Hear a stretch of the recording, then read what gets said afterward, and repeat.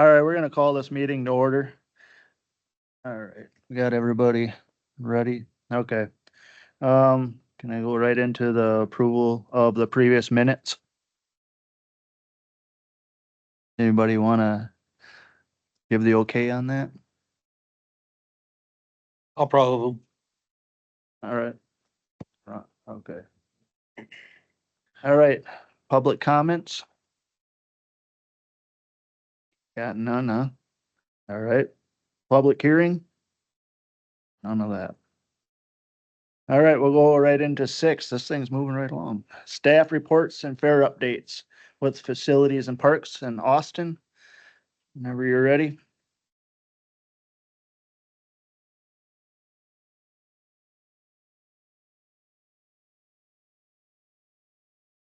Not much on our end for an update this month, other than that tree limb that was going over the fair office that was eventually going to land on it is taken care of and disposed of. Other than that, does anybody have any questions on the facility side? Oh, we have an opportunity from the Dunn County Health Department to add a couple Narcan boxes at the rec park. A couple ideas I had were maybe one in the men's bathroom, one in the women's bathroom of the racetrack and the grandstands, being how they get used pretty frequently. Otherwise, if there's any other areas that people would like, they are weatherproof boxes and can be mounted outside or inside. But the health department provides them for free. QR code on the front. That will send straight to the health department as a notification that it's empty, needs to be fixed. They're in all of our bus shelters, and they work pretty well, and they're free, and something else that we can provide if anybody needs it. Did you get any of the boards, treated boards for along the bottom of the pig barn? Remember when we looked at that?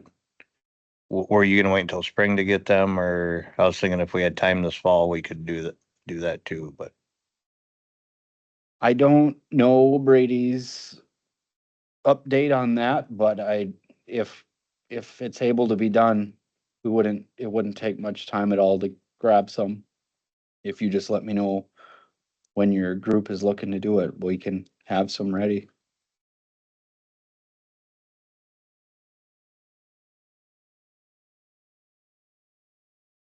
Thank you, Austin. All right, next up is Zach. He's not here, but he sent, looks like me and Scott and Mercedes a update. He apologized for not making the meeting. His son had a community class he's participating in. We are looking to hire an American Corps intern that would start in January and go through August. The purpose would be to expand 4-H to new and undeserved population. This may be able to increase our capacity for the programs at the fair. They are also partnering with Stout on a couple of the new STEM programs. He says he is also helping Stout establish a collegiate 4-H club, which would or could benefit the county by having a new source of volunteers. And then all of the club and project leaders' roles have been filled after the passing of Courtney and Ramey.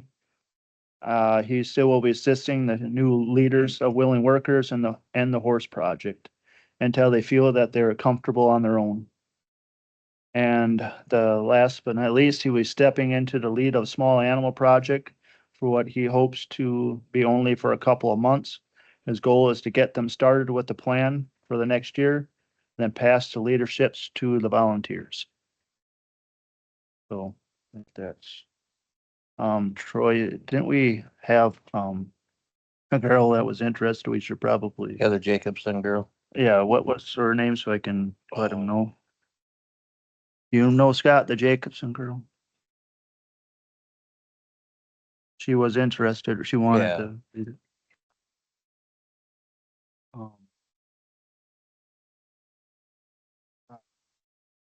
Oh, Sheila.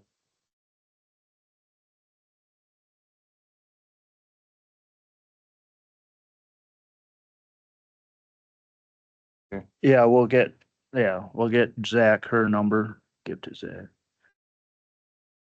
Okay. Okay. All right, tonight we got Johnny Johnson from the racing. He was gonna here to talk about the possible filling of the Friday night racing along with some other ideas that he had. So Johnny, you got the floor, press the red button and go for it. Thanks, Larry. All right, so I talked to Troy and Derek a little bit about those guys reconforming some things that they have planned for the fair. Obviously, we'd talked, and I think Larry knows as well as I do, racing for us on Thursdays anyway does not go over very well. We don't get a very good turnout. So when they mentioned a possible band or other show to go on Thursday, we were pretty much all for it. We also talked about the possibility of getting touring series into town for the fair. Um, the high limit series, the sprint car show we had that came in, they are interested in coming back, but their only window is June. Because they want to conform with the same thing they did last year where Kyle Larson would be coming up from 141. They would come through Menominee and then he would fly over to Michigan for his NASCAR race.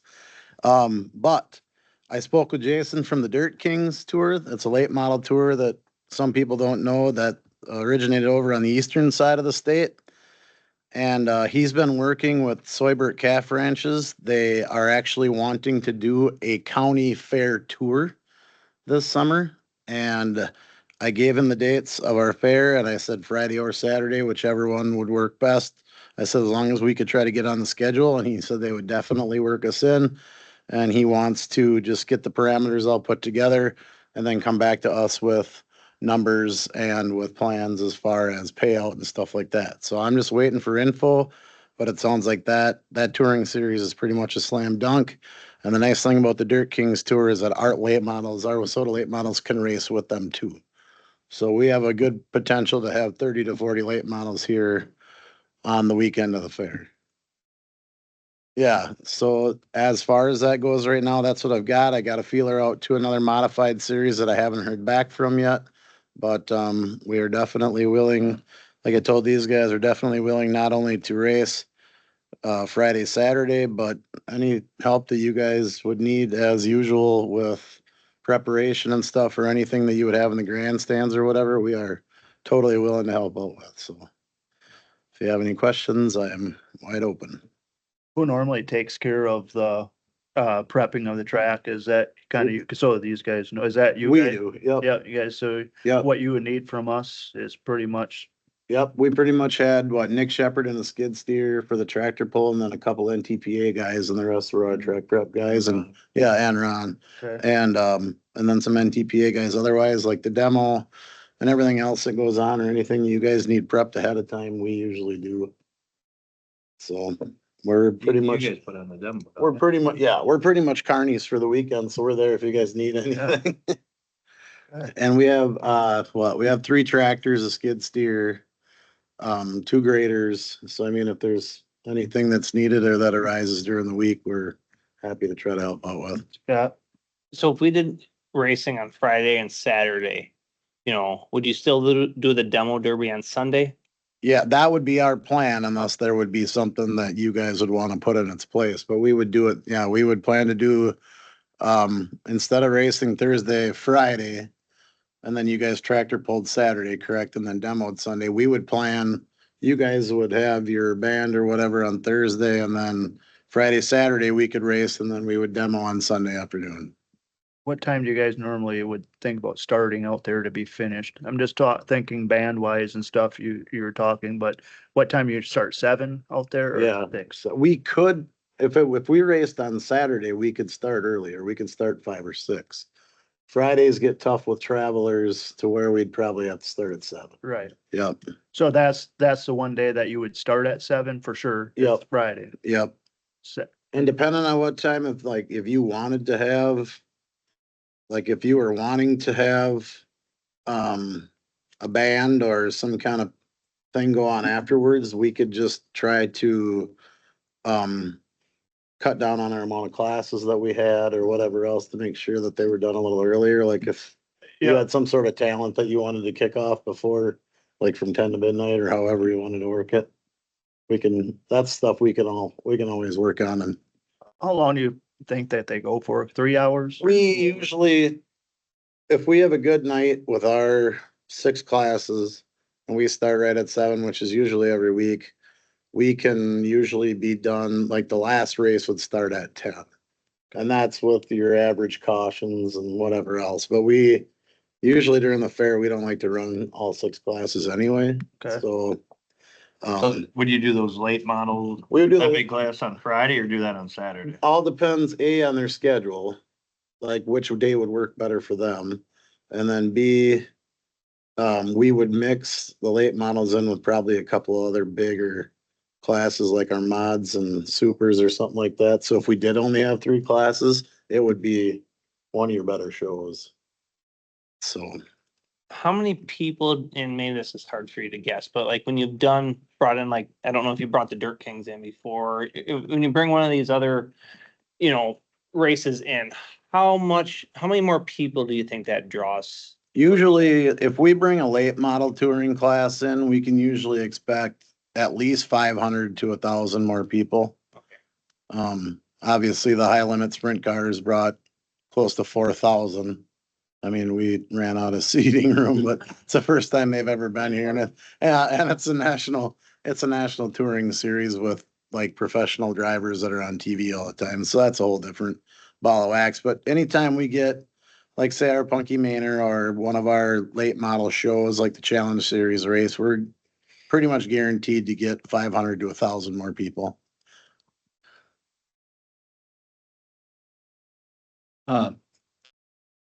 Is the World of Outlaws in the area? We're trying to get them back. We have tried to contact Steve Francis again.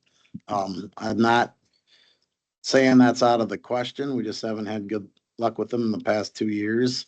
So I just we're trying with them and Lucas Oil, but so far I'm only giving you the ones that I think we have a good shot at. And then second thing is, if they go with the Friday, Saturday route, it's about a $400 to $4,500 savings to the fair. Just a heads up, because we're not paying them for all the man hours in the track prep to prep it. Yeah, that's what I So was just asking a before. Yeah, it's Yeah. about 4,000 difference that doesn't get affected. Anybody else? Do they do at High Point with the soda and Dirt Kings at all, do you think? Or do you think that's something in the future? That where they would like collab together? Well, are they gonna end up at other county fairs? Would there be who's got the baddest cars, Well, I would hope that I would not to be like to brag, but I would say the 20 late models that run a Menominee are probably some of the best late models that run in Wissota in the Midwest. And then Okay. we get cars out of Minnesota and Iowa and stuff when the Dirt Kings come in the eastern side of the state, which don't usually tour over here unless they have an extra amount of money to run for. So, I mean, we would have, if we had the right payout, we would have pretty much the elite of the elite in the Midwest anyway. Now, Shawano's a big deal for Dirt Kings, right? Yep. And I mean, they really pull them in over there, I hear. Yeah.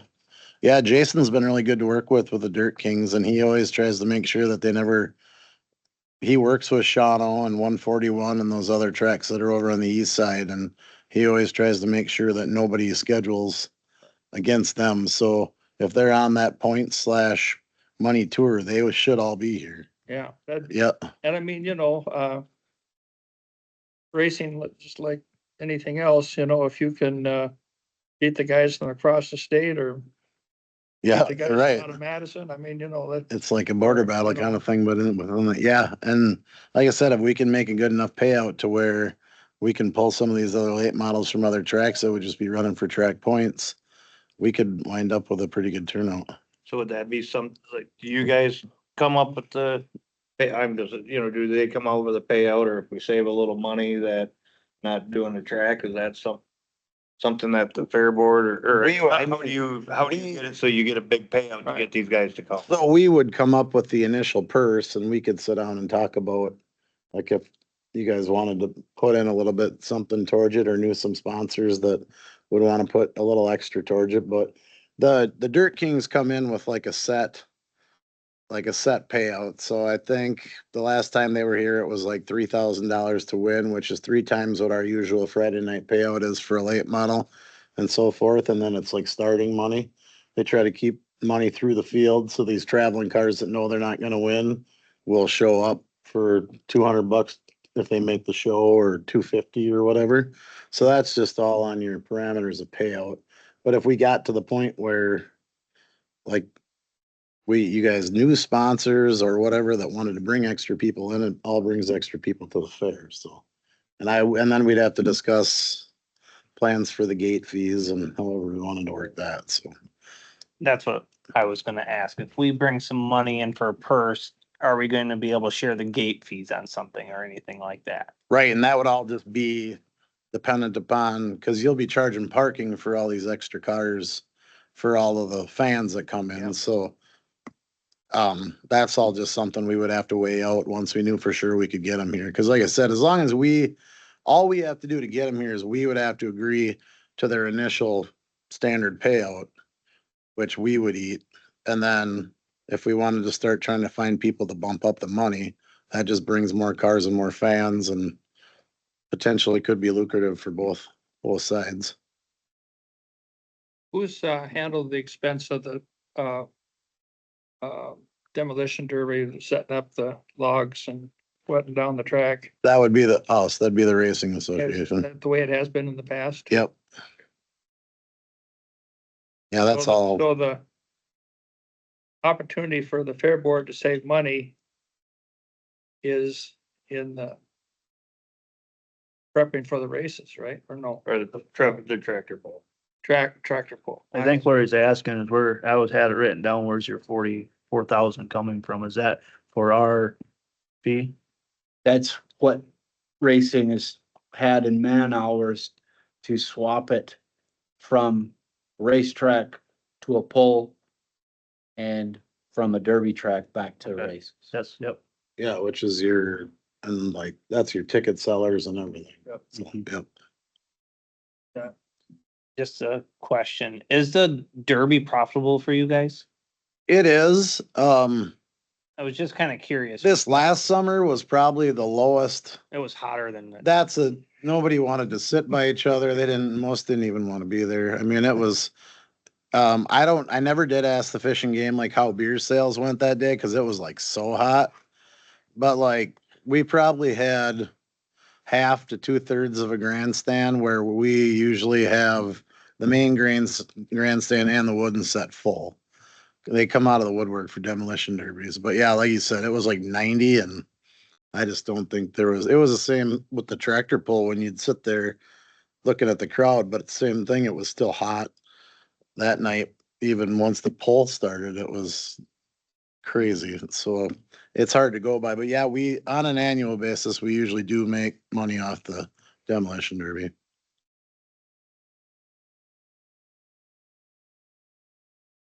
Anything else?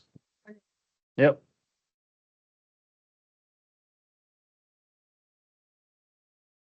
Sound in your fence, you ever get any results in that test or? We went to a specialist in the cities who, I wouldn't say, so we take decibels every week. On one heat out of every single class, and then we file them for paperwork for the county board. But like, we went to a specialist in the cities who gave us ideas. He's been to other racetracks and he's giving us ideas on how to cut down on the sound.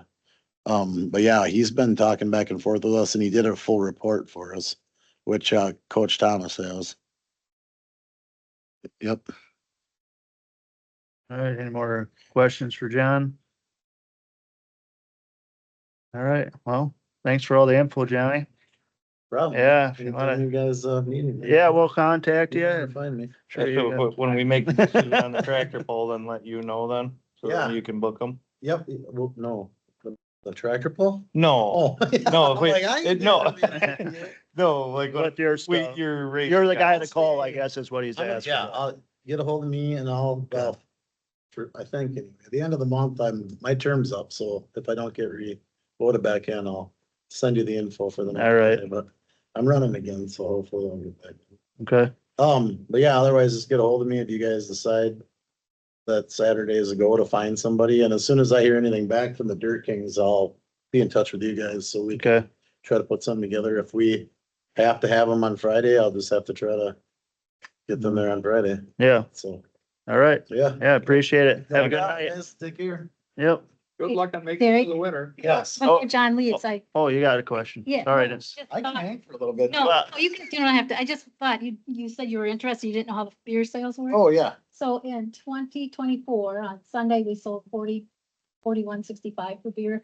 This year, 15.83. So that just, Saturday night was way up. It was 6,700. Last year was only 54. So, I mean, we made some up on Saturday, but Yeah. that's a huge drop. Yeah. In beer. Started to admit sometimes it's too hot to drink. Yeah, I just thought you might be interested in No, I knowing that. appreciate that. Thanks, Yeah, Deb. yep. Thanks, everybody. Johnny. All right. All right, well, that leads us into our next conversation. Tractor pull. Anybody wanna comments about this? Ideas? Is there any money savings if a regional tour or the national tour came on a Friday instead of Saturday? That won't stay for some reason. Um, a few years ago, at the convention, I went and talked to like the Wisconsin tractor pullers and different ones to get ideas on, just compare apples to apples. I used to do that like every 2 or 3 years. I'd check with the vendors that can provide services. And at that point, the Wisconsin tractor pullers was more money than the NTPA was actually. You have to look too at who the pullers are and where they're coming from, because the NTPA, they're in Anoka on Thursday and Friday night, so it makes a nice transition to here. There is another one in Minnesota in the southern part, I believe. So it's kind of like this big circle, because they all are looking for points too. So if that helps a little bit, but in the past, when we had like just a local farm pull, they take a long time, just as much prep, and we just couldn't come out ahead, because you still have to have the sled, and just didn't get the crowd to put in the sand. So if that helps a little bit. Yeah, I just think that the savings of $4,500 is a big thing to look at. Not only that, is the additional expenses that we had lost on the tractor pull. Just my take on it. I guess if it was me, just what I say, I'd like to try, and Deb, I'm asking, if you went away from the tractor pull, it's not, just correct me if I'm wrong, is it hard to get them back? Okay, There's but, there's like 4 places that want that Saturday night, but because we've done it 26 years, we have top priority. So we would have a hard time getting it back, most likely. So it's food for thought. Scott, My biggest concern with not having the tractor pull would be what kind of backlash are we gonna get from the community? Because it's been here for 26 years. There's been years when there's been a lot of people there. And that's my biggest concern, is what kind of backlash would there be? So is there a way, when I talk to the people at the NTPA, is from 45 grand, we could probably cut it down to 25 grand to put a pull on. And talking to some other people, in the last week, we could probably get it less than that, because you're still gonna need 2 sleds there. no matter what, so you can keep stuff going. But one person I talked to said, you know, cause we haven't done a farm pull in years, is maybe you know, cause you have two sleds, no matter what, you have to have two sleds to keep things going. So do you pull in a farm tractor pull at the same time? That way you can still keep tractors out there. You bring back the farm tractor pull, then you can cut your costs even more. You know, there's a reality where maybe we could put on a pretty decent pull for 15 grand. Okay, yeah, I mean, It's just the people I've been talking to about it. You know, I do know that I've talked to quite a few people locally that they would like to see the farm pole come back. You know, I don't know how many people bring out, but maybe that's a way to keep the stands full that night. I guess to me, and there again, I'm just speaking out loud.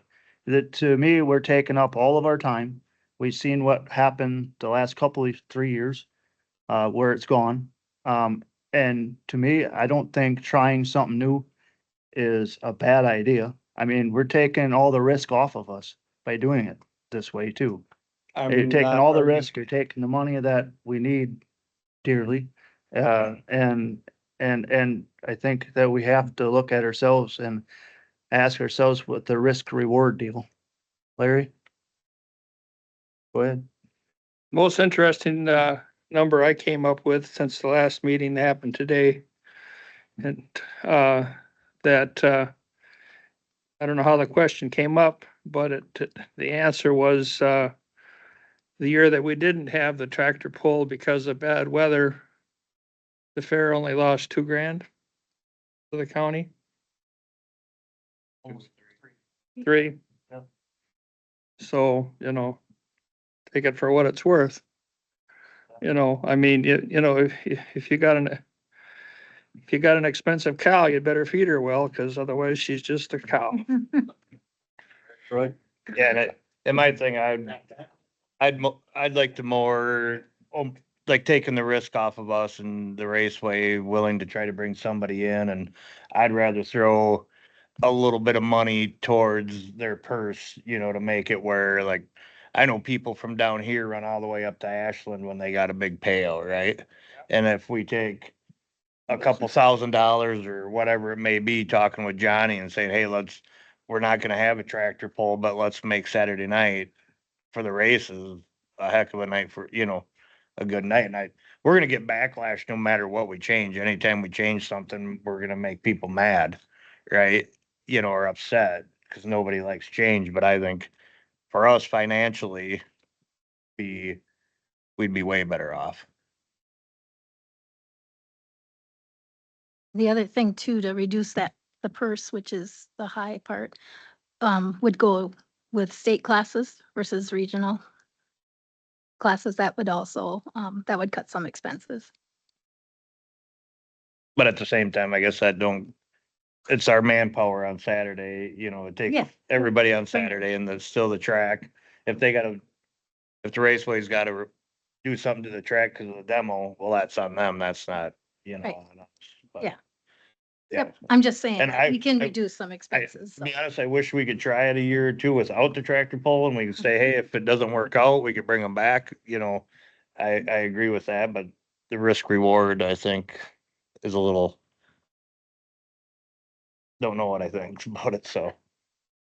Well, I got a quick question, you know, we can't keep losing 15, 20, $25,000. County's not gonna stand up to us anymore. It will not be fair.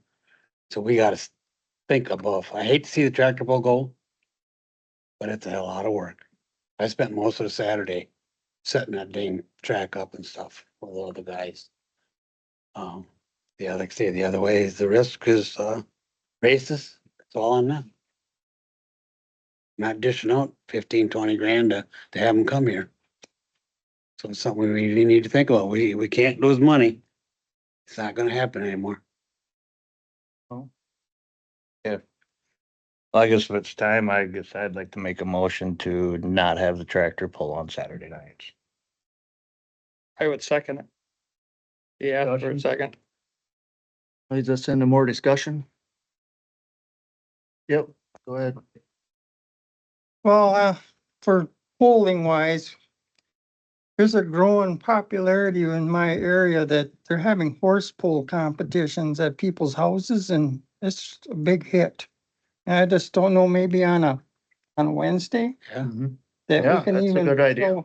throw that. It is Yeah, big. it is, yeah, it's a good idea, Ron. We got actually a couple of folks that do it at our church. Mhm. And they would probably be more than happy to try to get that to work out here. Correct. And Neighbors even have one out, in Yeah, August, they have it out. That's where their group, that's that group that Right. they would probably bring it in. Larry? I was at the fairgrounds 2 or 3 weekends ago when the horse pull was there. And, It is. I was kind of blown away the number of people that were there.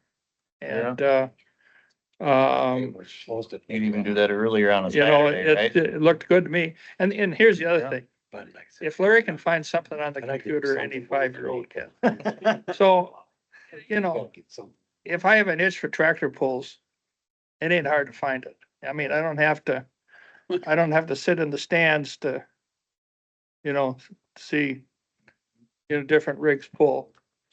And, but isn't that the way with everything? I mean, everything's right there for you.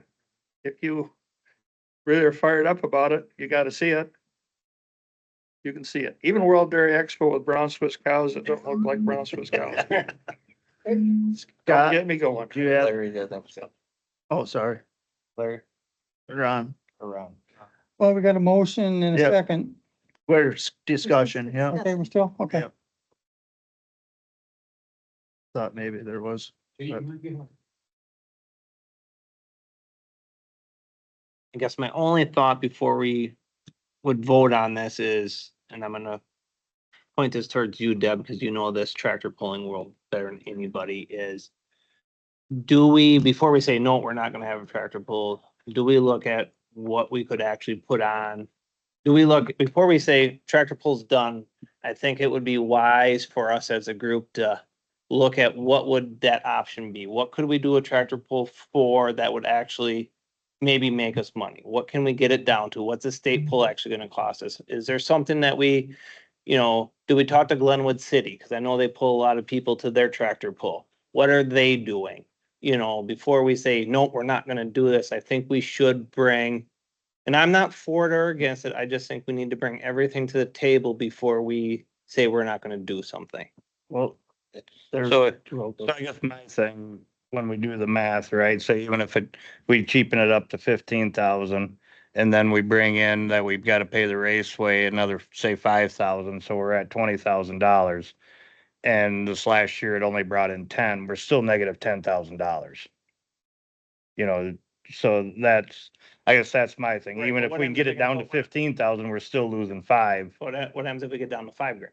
But that's what I'm So saying. We that'd be a don't- break even deal if we get it down, but I think if you get that down to $5,000, it is not gonna be anywhere near the tractor pull we have now. But I'm just saying, in my mind, I think we should have all the information before we make a decision. That's all I'm saying. Okay, well, there's there's motions on the table, so Yeah, I guess- go ahead. My thing is, I just wanted, so if we're not gonna do it, we need to let the raceway have time too. I get that we should maybe explore, but at the same time, if we can give them the green light to go, their odds of getting something done or bigger, something big for us is probably a better option if we table it for, I don't care, but I just don't wanna table it for 2 months and not do anything with it. I agree. Running off of that, I think what he's saying is he needs an answer is why this has been on here for 2 months. No, so tonight was the night that we decide. But there's two on the table. As long as the discussion is done, we'll go to a vote. Is that how that works? So, How you can do this, raise hands? I don't know what do we need now that we have these cool things. An A or a yay, huh? Okay, everybody needs to say it into the microphone, I guess. The motion was by Troy Steimer to not have a tractor pull on Saturday night. And turn it to the raceway. and turn it over to the raceway. And Larry, second that? Okay. All right, so Larry is, how do we want to do this? Larry's, What's it called when you? Just don't go away. We'll call vote. I mean, I think as long as this is such a big deal, nothing wrong that we have a yes or no, or we raise hands. Right. Just raise hands. okay, right, Let's yeah, not okay. let our new president, have to decide which group can speak the most. All right, all, in favor of getting, giving up or getting rid of the tractor pull and turning it over the raceway, raise their hands. All, okay, all opposed to that? Okay, any undecided? Okay, that's fair. Okay, it passes that we're going to, go with the raceway and the tractor pull won't be a thing on Friday night. It's Saturday. Saturday night, I'm sorry. So, Troy, with that, I will need Johnny's number so we can, and we'll have him back here in the next, couple months. So with an And- update on what we have going on. And I'll call him on our way home tonight. And then just tell him kind of put the pressure on him that, hey, we need you to do something big with, Friday or Saturday night with us, so. Okay, that, you must keep that on. We're going to map items, Yeah, I guess Troy. map wise, I don't have anything. We are having a meeting on October 16th. So I guess if anybody wants to attend, we got I think the only rep that changed is we got a new beef rep. It's an Albright instead of Jennifer Dressel.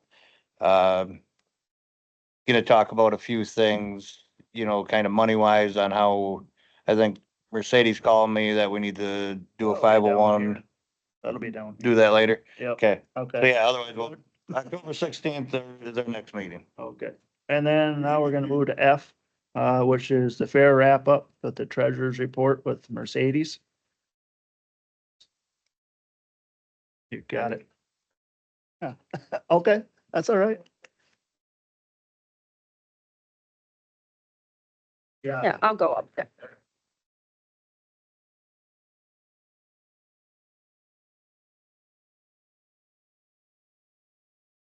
All right, good evening. I'm gonna try to not make it really dry. So I prepared a PowerPoint presentation that you can kind of take with you. And there's a lot covered in that internal audit report. So I'm going to not bore you and read that lengthy document. But I will start by saying that the whole intent of the Dunn County Fair internal audit was to be able to evaluate the financial management and how things were managed at the fair, not specifically by anyone, but the process. Think of it as a process versus how did that compare to our county ordinance? That is chapter 7, and then also our cash handling policy.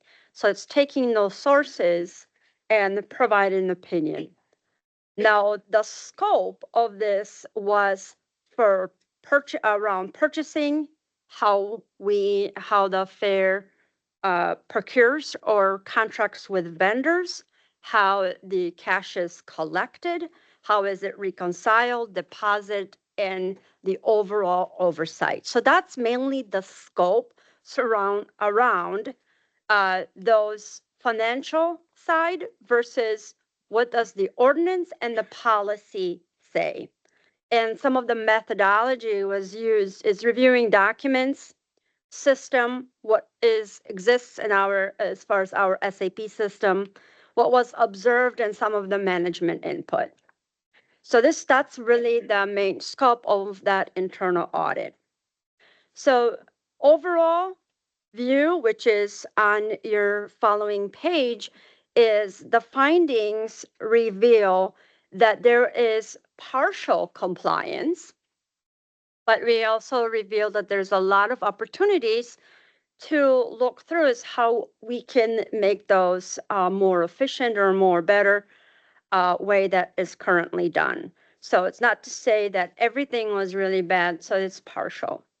So this also identified that we need to focus on stronger reconciliation methods, but what we did do well is our cash, is it secured or is it transported? So in that area of the policy was really strong. So of course, the opportunities for improvement was in the areas such as making sure that deposits are not delayed. And our policy says that it needs to be deposited within 24 hours of the next business day. I know that that cash policy is due for a review because the committee on admin felt that maybe 24 hours isn't reasonable if there's a small amount of money that's being deposited. But for now, bulk of the funds that the fair deals with, it's not a quarter or a dollar. So there's a substantial amount. So there's definitely an opportunity to streamline, make sure that those deposits are in the bank timely. Also that there is no, all the documentation is provided. It's hard to reconcile. And if you don't have the adequate documentation to have that second source. So also there's some findings on reconciliation does take place, but we would like to see them stronger. And so the other important part was compliance with how we procure. So there's another area of risk or opportunity to streamline to make sure that not only how we procure, we are compliant with our ordinance and our policies, but also the state and the federal regulations. Why is this important? Because, county, how we're linked as a county to the fair versus how it was independent, that taxpayer money levy that, or from the general fund, should I say, comes and kind of helps when there's a lapsing amounts, that's considered taxpayers' money. So in that sense, we just need to make sure that we're responsible. Because if you think of it as having the lack of the best practice, public can easily look in and ask that question. Is like, is that where my money's going? In that insecurity will go. Reputation can also be hurt by that. I'm not saying that it's for that happens, but it creates a risk. So it could be as something unintentionally happened, ends up in the paper, and then kind of diminishes that credibility. And so, and of course, that's where it refers to as a loss of public trust. So we want the taxpayers to know that their money is going where it's intended to. So I'll start with the procurement area. So the procurement area, what stood out as a finding is that there was procurement that have taken place that didn't align with our policy. So the policy says that we have a purchasing agent, and the agent is really Dan Dunbar as a county manager. However, he can delegate that authority or that responsibility to somebody else. And for the sake of this conversation, we can say it's now it's in finance. But for the sake of this conversation, let's say that that's delegated to now what we would call a procurement specialist. So he can delegate that. So, but our policy says that there needs to be controls around how do we procure, that we follow that ordinance. So for example, certain dollar threshold requires certain process. So if it's 40,000 or more, our ordinance says that this needs to go out for bids.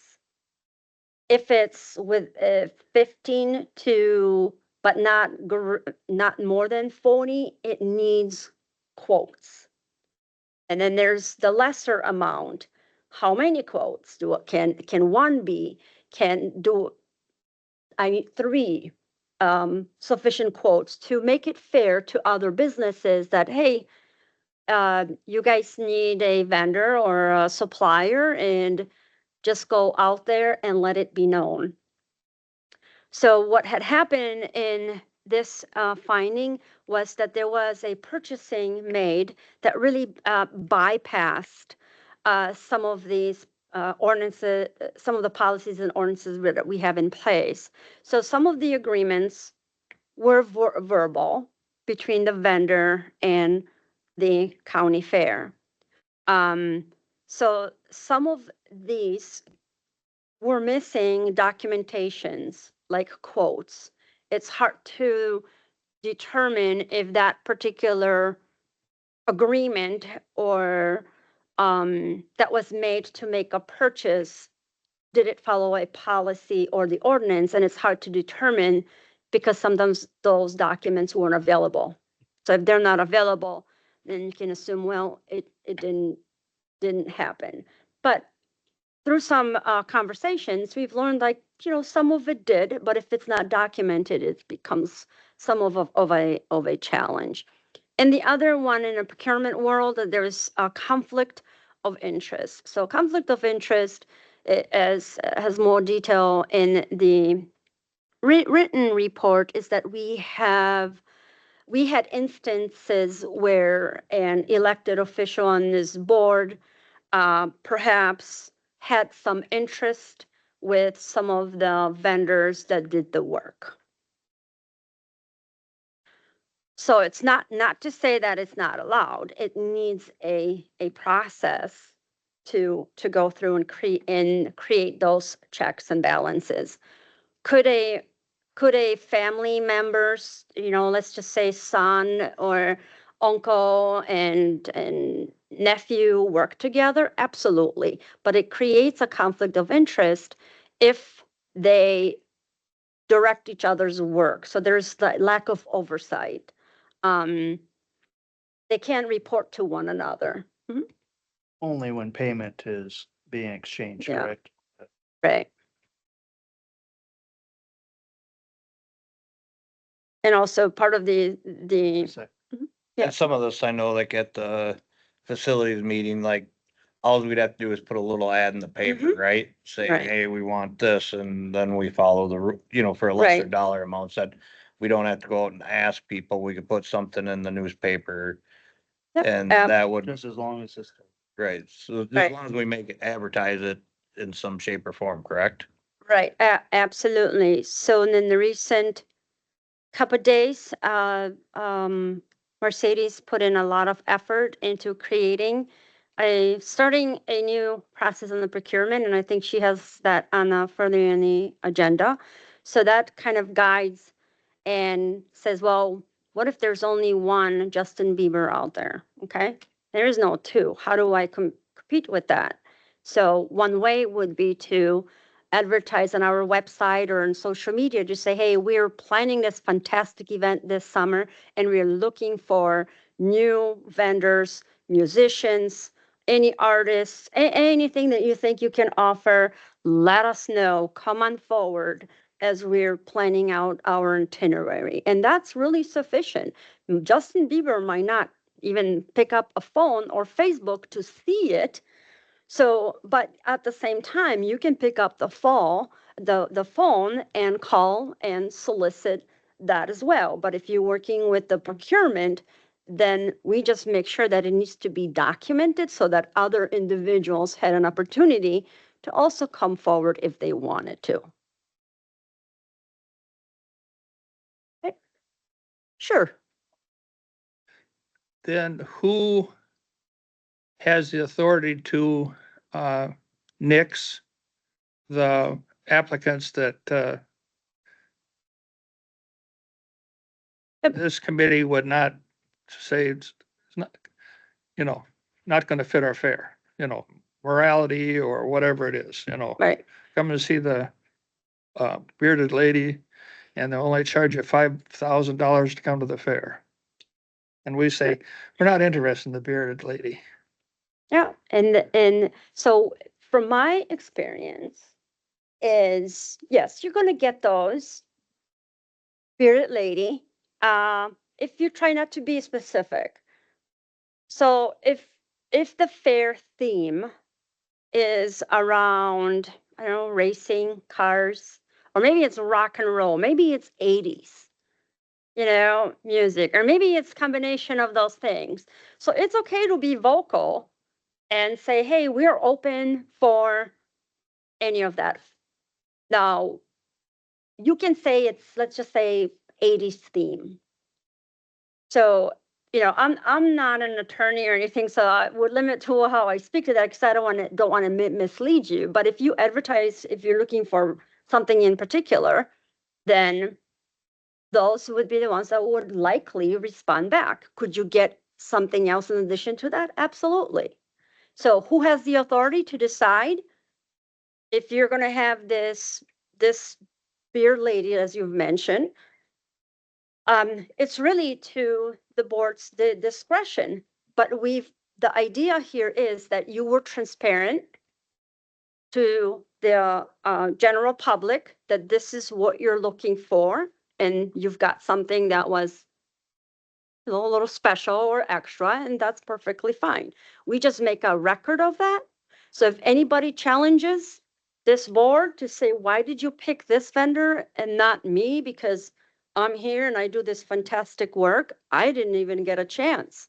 But we can prove or provide that, yeah, this has been on Facebook, this has been on social media or anywhere, including our website, to say, we were there. I mean, you might have missed it, but we did our due diligence. And if most of those bands fall underneath that $5,000 threshold, Yep. which really changes the different things that you got to do. Right. So, And Sole source, there's only one Justin Bieber. Correct. Be like, so there's a form that, this Well- band's local, it brings in, this many ties from Menominee, that sort of thing, and just making that explanation for that sole source choice. and Yep. if I was looking at this right, anything under, it's only once you go over $15,000 that you gotta put it out for public, correct? That's reading through the notes. here, yes, right? yes, So right. Deb, just kind of clarification for us. We don't, besides the tractor pull, we don't spend over $15,000 on one thing, correct? So I that's mean, right. most of our stuff is under 5,000. Around there. Right, so most of us is going to fall into simple, you need at most 2 bids for most of our stuff. Yeah. Most of those bands being under 5,000 Right. even, takes that 3 quotes or multiple quotes. So, So, but for 2026, we'll be here we will start off the year in 2026 to be there, work with you as a board. Mercedes will work with my team and Deb and of course your team here to draft those policies, procedures, how are we going to handle them? So we want to be transparent as possible so that when the time it comes doing it, it'll be like, yes, this is nothing new. We've talked about it. We've planned it out. So it sounds hard, but we can make it fun, right? Who will be the facilities purchasing representative? Right now, that's an excellent question, but I would believe would be Austin's discretion. So right now we have a purchasing person, and that's our assistant finance director.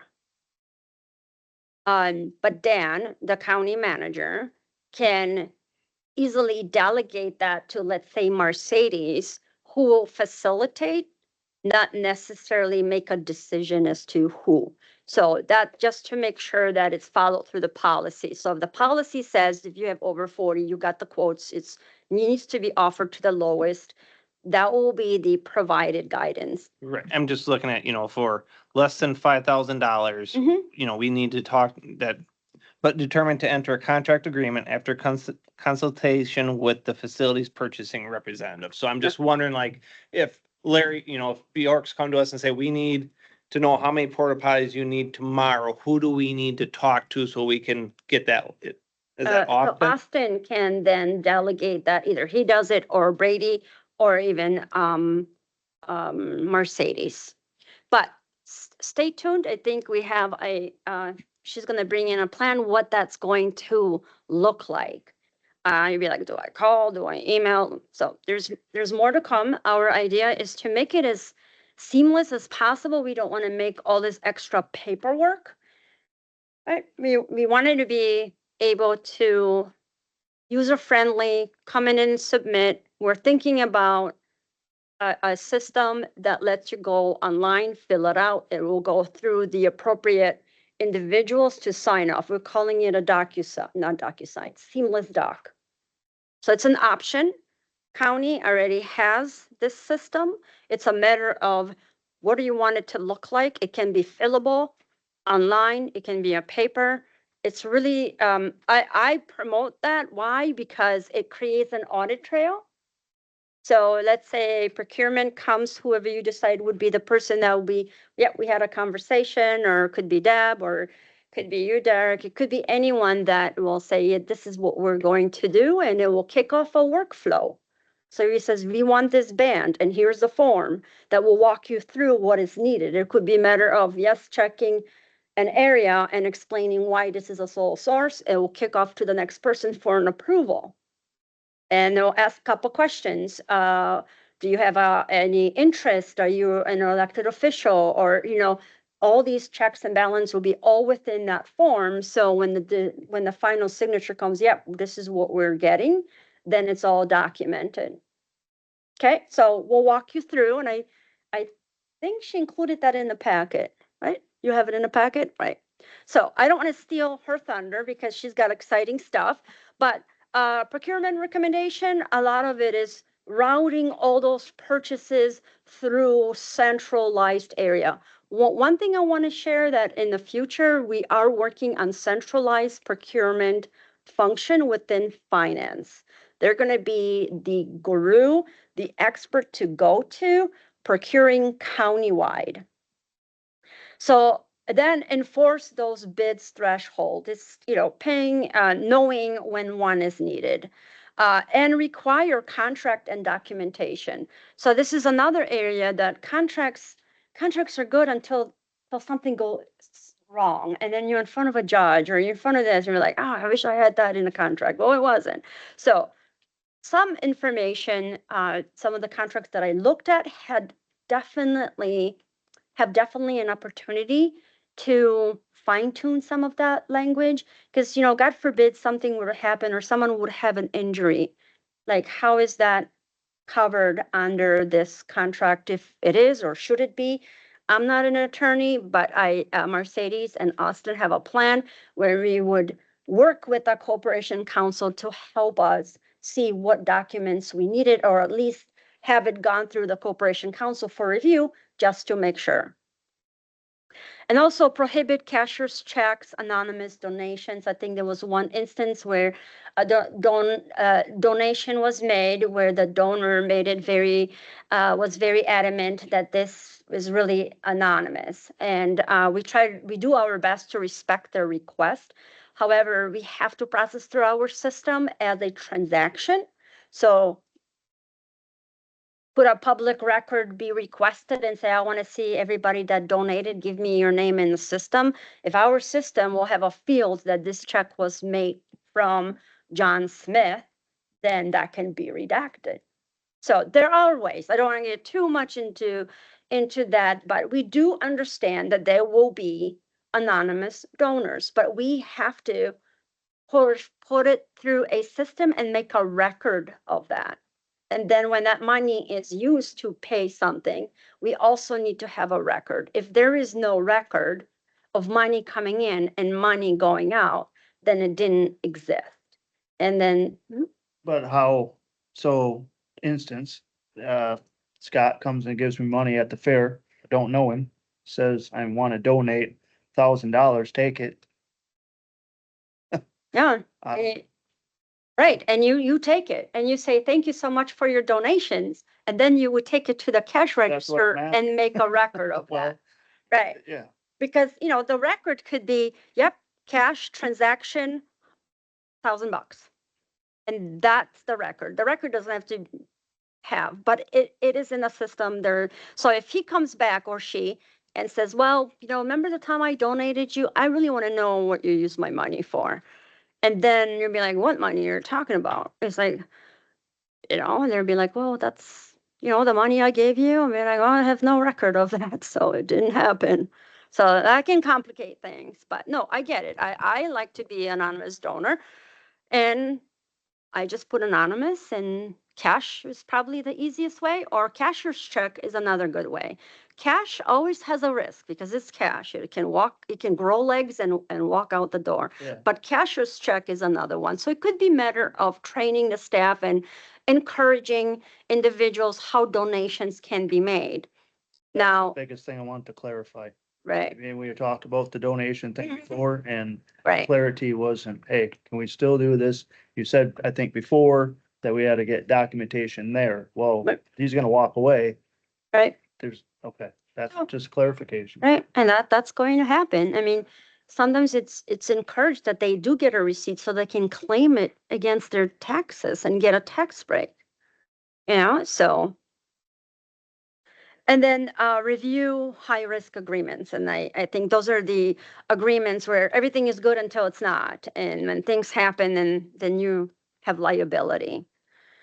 So with cash handling, with the cash handling, there's a couple areas. Of course, we had some delay in the deposits. We want to make them in a bank as soon as possible. But now there are some areas that are more significant than the late deposit, and that is missing logs and receipt. So when money is deposited, and I even did it, I took it to the bank and I know it's $10,000, but that's all I know. I don't know if they're actually collected 11,000, but I only made it to the bank with 10. And you can look at the bank statements as, yep, Yara was there on Saturday, 10,000. Well, that matches this. Okay. It's not, there's more that needs to happen. I needed that log to say, how many sales were in there. And there was a limited segregation of duties. And this is, again, as I touched earlier, is a family member managing another family member, even though that contract or agreement that was for those particular individuals didn't really say one manages the other.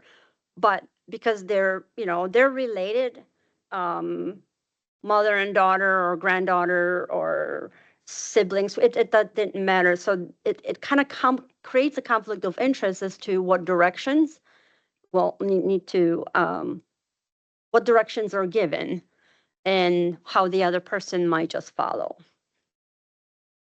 And then the one, obviously, it's the unauthorized bank account for MAP funds.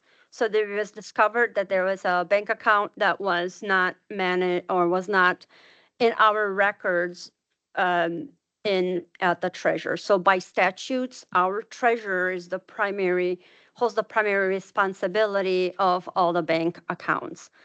Now, could this board have an account with bank down the street? Absolutely. And we do have other departments that utilize different accounts. We just need to make sure that they are on a signature card and they also have access to that.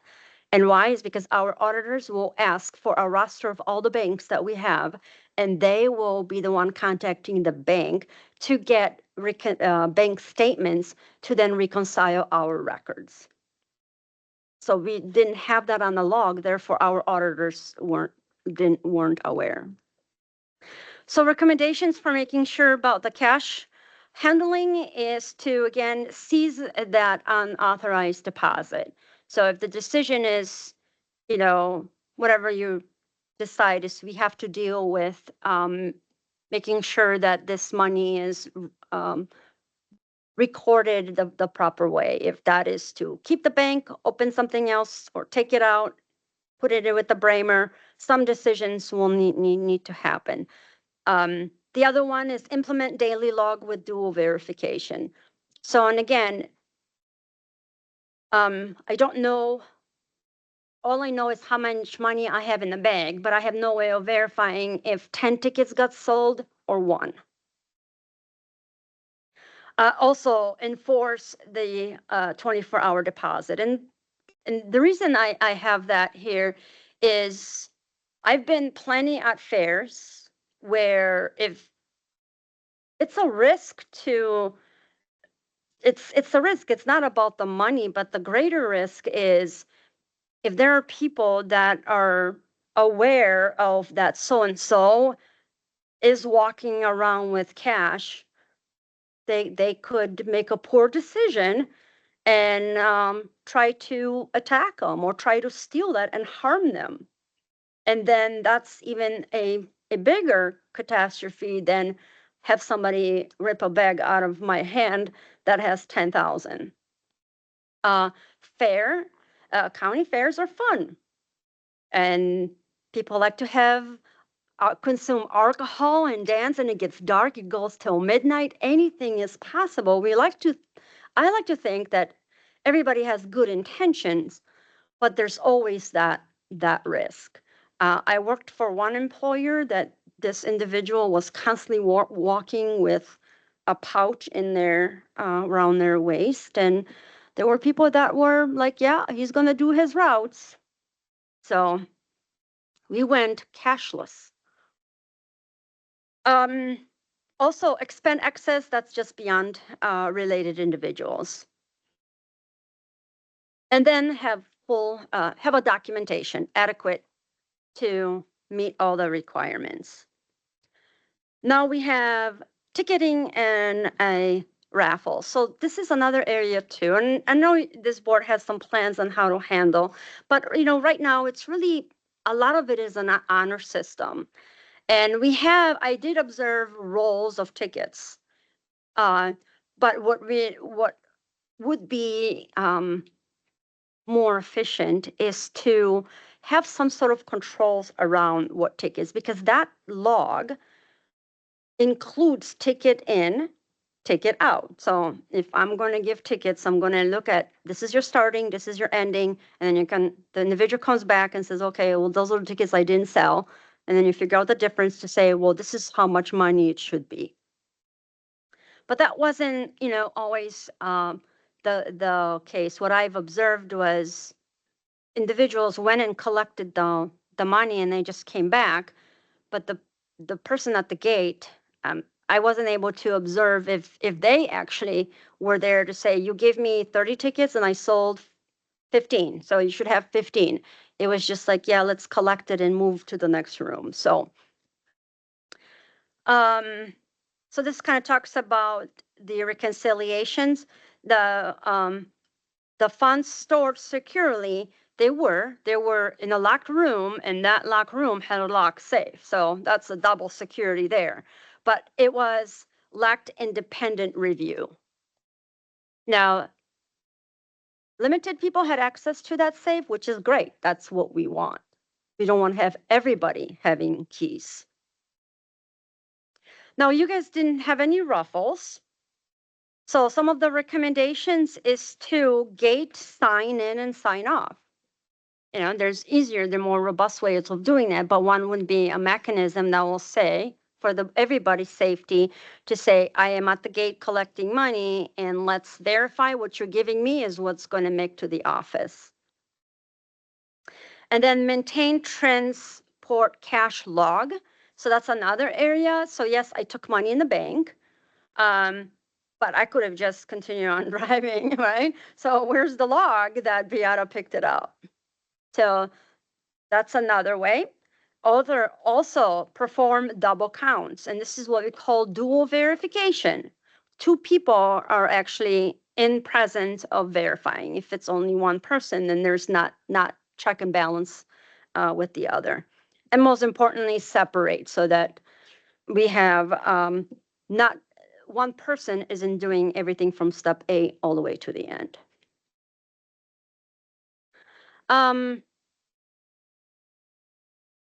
So I just put in some items together about what are some of the options to streamline cash handling. And one would be adapting or be open to mobile deposits, providing vendors a way of making a payment. I know right now we offer VPS, which is a third party where they can go and pay online.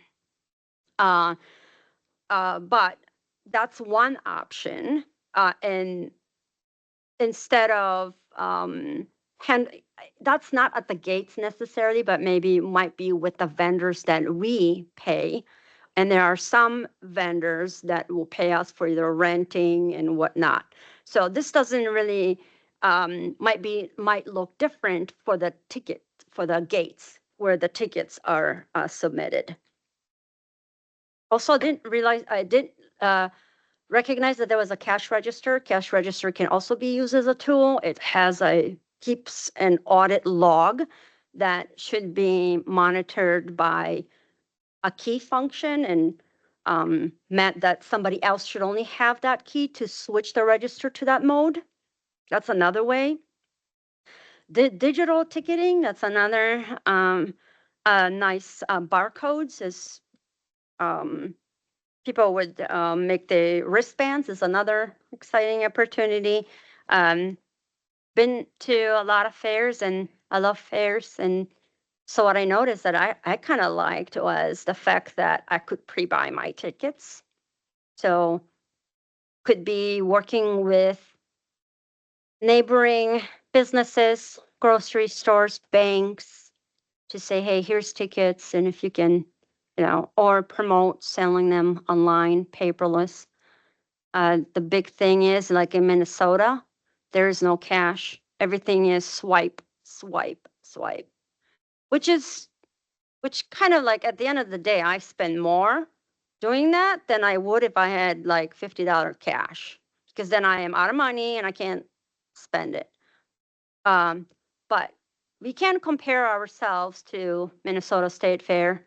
They've got a lot of robust things going on, but it's worth looking into and see how you can attract those that population in the form of paying, and at the same time creates a safety and timeliness, and it will take care of a lot of those things that would take a human being or a man force. So some of the priorities that we highlighted is to centralize procurement, and that's already in the works. So also strengthen those reconciliations and how we deal with the deposits, have more of a centralized way. Also enforcing segregation.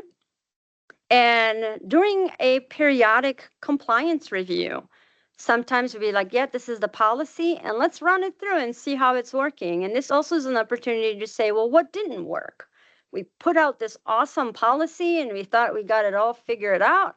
And then when you actually walk the talk, you'll be like, oh, there's some areas to improve. So it's a working document. So in conclusion, overall, Dunn County is a fantastic event. I love going there, and I hope that you continue to be there for me to enjoy. So Dunn County Fair, it's a way where people get together, communities get together. It's intended to be fun and enjoyable. I know that a lot happens to make that happen. That oil machine is us here making that happen so that our communities can enjoy. But in order for us to be successful, I think there is need for this board to say, what can we do different? Where can we shine so that we can secure these grounds and keep growing? So the next step is to implement some of the compliance framework for 26.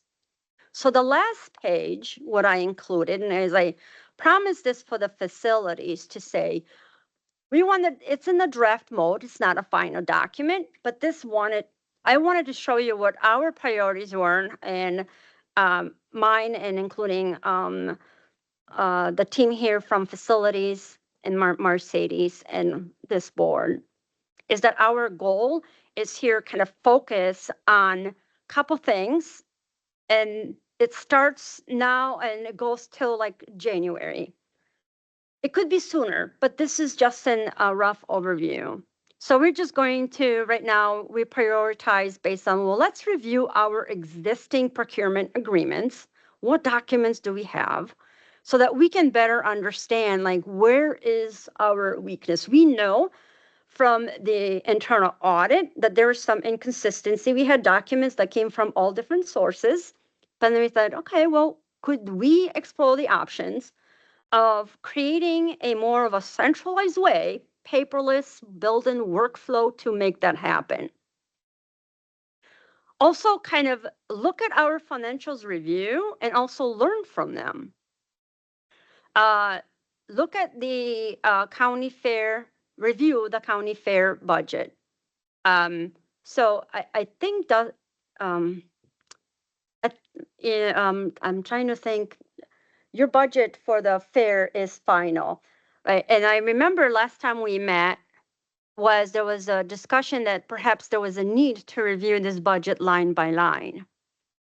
And so I did review the budget, and you must have did that review already, because I see that what was budgeted, it's really reflecting to more of how has been trending and what that business need is. So if you're looking at your budget for 26 versus 25, it is less, has less expenses, and then you showing the revenue somewhat of a consistent or close to how it's been trending. Okay, so there was some rework done. We also going to prepare Dunn County facilities treasurer in the county fair role with the structure. So we want to work with those individuals at the fair and at the facilities to come together how we're going to work as a team. We're going to also review the existing website.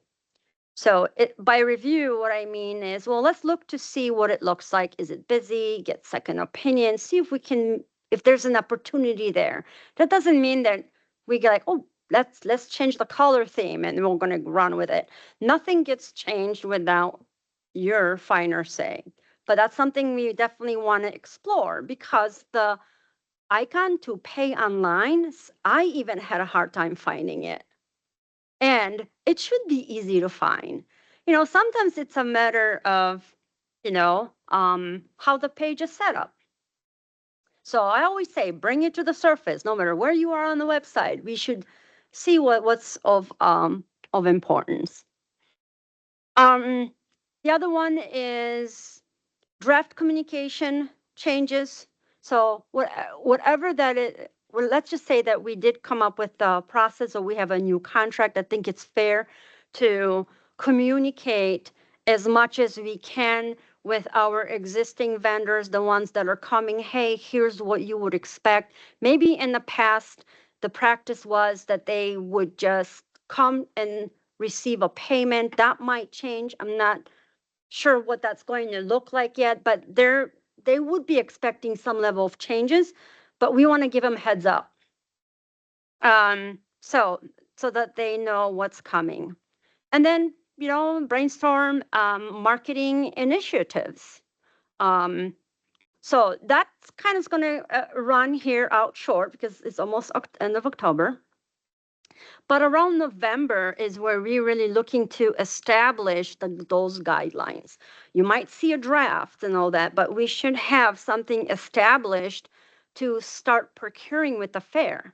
Because before you know it, fair would be here. And some of them will be, right after New Year's or Christmas.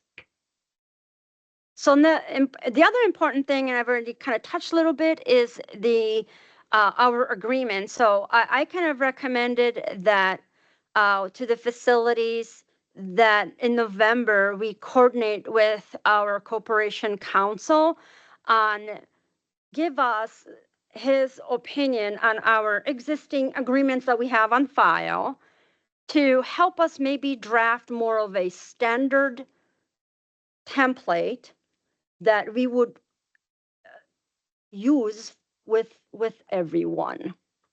That way, those sections will cover us, and there'll be one template to review. I mean, I don't want to say like it's only about us, but our corporation counsel is going to look what's in the best interest of the county. So he would be more of a standard form that we will try to encourage. Could we take a form, a contract from a provider because they don't like ours? Absolutely. Just be reviewed. But that's something that could speed the things up as far as how many things will funnel through to the corporation council. And the next item would be around that February, July, is to prepare for the cash handling. So those are kind of 1, 2 through 9, but the idea here is to be proactive and continue on providing the resources, meet with the appropriate stakeholders, the staff that's handling or at the gates, have that open communication or training if necessary. So if we're going to implement, if this board decides to implement a new log or new tracking, I wouldn't expect them to know that when they show up. So I think there is some opportunity to bring that forward to get everyone prepared. So that's all I have. Any questions for me or? Yes, sir. Corporate counsel is going to,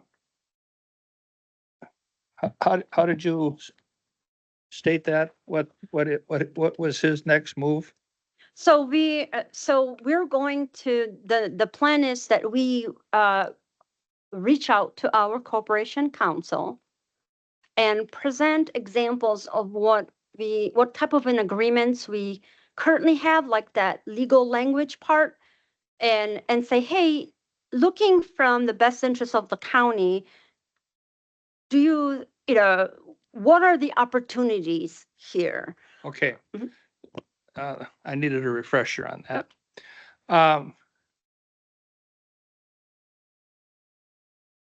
The way we've operated somewhat in the past is that we glean information from other counties on how they handle certain situations. Sure.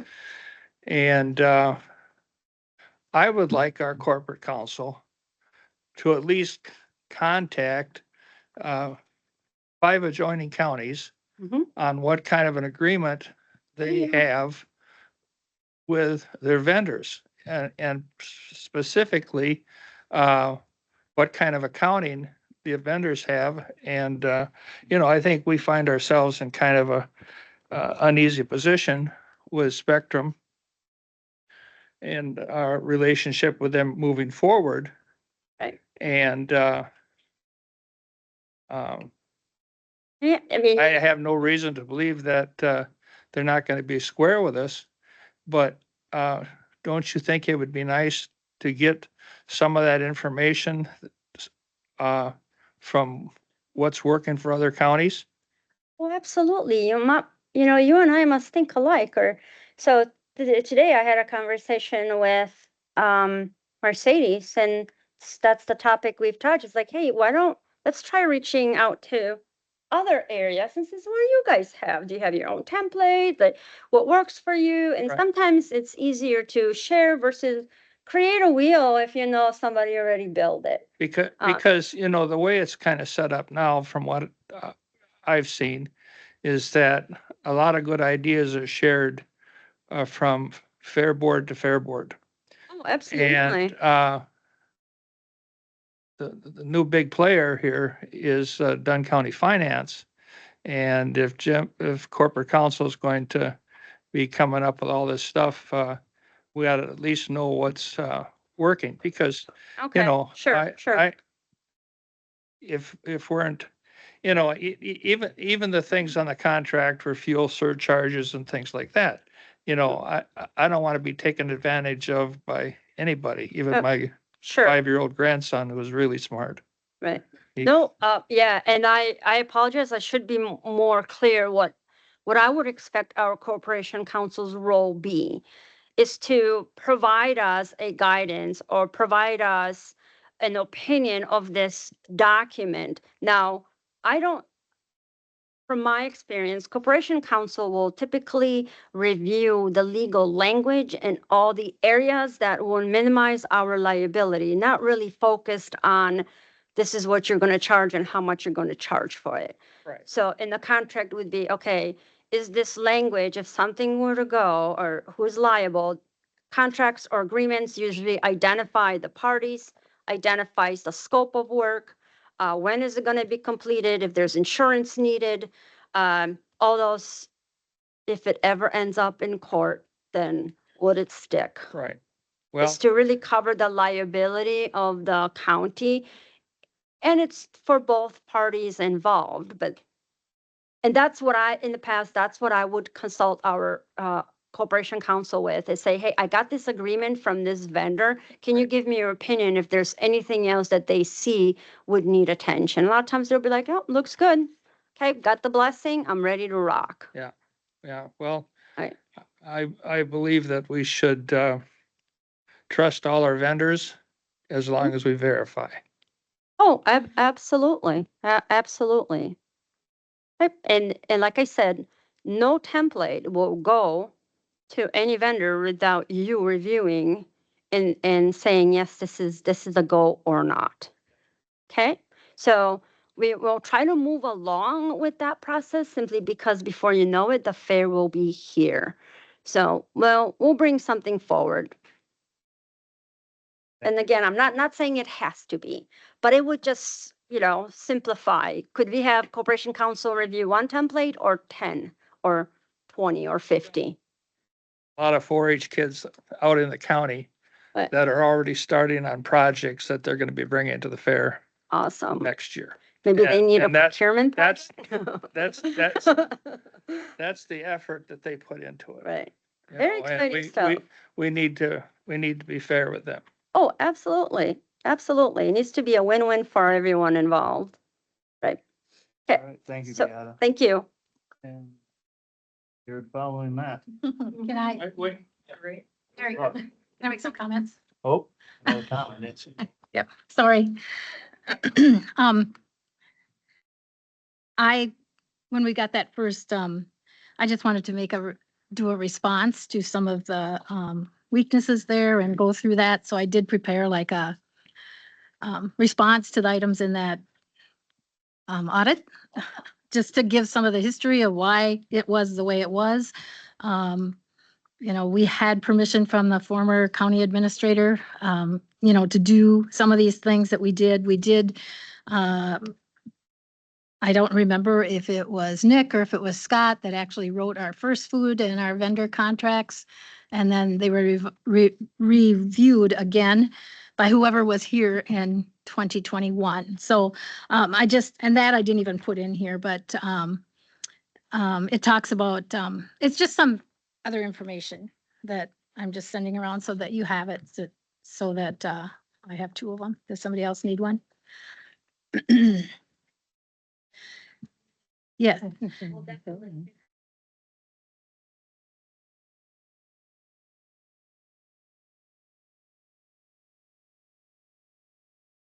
Yes, and I'd like to have this shared with the facilities committee too, because I know they had questions. So if I do have another copy, if everybody didn't get one.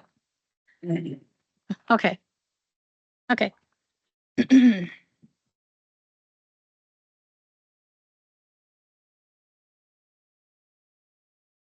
So I included financials in the packet.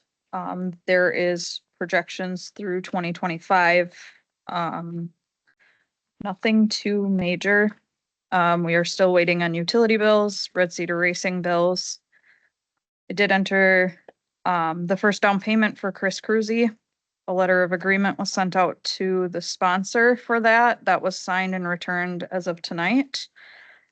So that's a great thing. Projections are throughout the whole entire year for mileage per diem, any board expenses. So that's why it looks a little different right now, because some of them are calculated out for the 12 months. Any questions on that? Mercedes, did we get that? Did you have a chance to review the vendor payments we had a difference about that and I sent you that spreadsheet with what I had. Did it match? Or were you able to find all those? Or Yep, are we still have missing some? everything. And we Yeah. did get the beer money from? Yep. Okay, All money is in. I have nothing, okay. I just nothing wanted to make pending sure. on, yeah, nothing 'cause- pending on my end. Okay. Just wanted to make sure where we were sitting at. And Beata, if you can send me another one so I can keep my, at the, Financials? yes, as of the end of September 30th. I'm more, Uh, the one that you have that's more broke down so I can, Sure. in preparing for the annual report. Yeah, I'll email you the file so you have it all. And Thank you very much. Appreciate it. you're welcome. Yep. This one right Budget? here. Yep, it's a snippet. When you say budget for 26 or 25? Oh, 25. That's 25. Yep. Yep, this is actuals today and then projected for the rest of the year. Oh, you're good. Let's see. Per discussion with Beata, the Wisconsin account is going to be closed. That money will be transferred to the fair's budget for all of this. There will be a special revenue created, for MAP money and some of this money that these kids put their time and effort into, did fundraisers and different things to help improve the grounds. We're looking at that special revenue account. We will look at roughly $6,349.32 will be going to that. This is going off of our last statement we received for July 31st. So if anything has changed in the meantime, obviously this is subject to change. Then there will be, the remainder will go to the fair budget, which will kind of help offset the loss we have right now, which will be $13,391.68. Breakdowns of that account were included in the packet from 23 to July 31st of this year.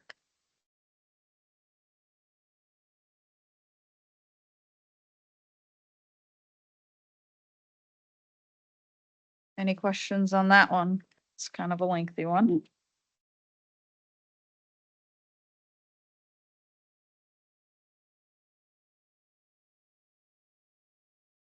That was like Jim Powers, like with the D team. No, that's still melt money left over from the melt checks that we got when we had cows at the fair. So we've just been carrying the money there in case we ever decided to go ahead and buy a transformer. So that's what we have left. It's been sitting here for a while. The grant funds were specific funds gave for grants that we wrote for signage and different things. Penning, of course, is money that we raised for the pens in that first round of the Triton pen, second round, the first and the second Triton pens, that was a membership drive that Cal Christensen spearheaded. And we are holding some money in this account because I can't get a hold of the treasurer for the fairs or Friends of the Fair. A donation from Excel Energy for Friends of the Fair for future building, which is a separate nonprofit. And I cannot get a hold of them, so the check was going to expire, so those are deposited in this, in that savings. It's part of that money. Mercy. How much was going towards the offset of what we lost this year on the fair?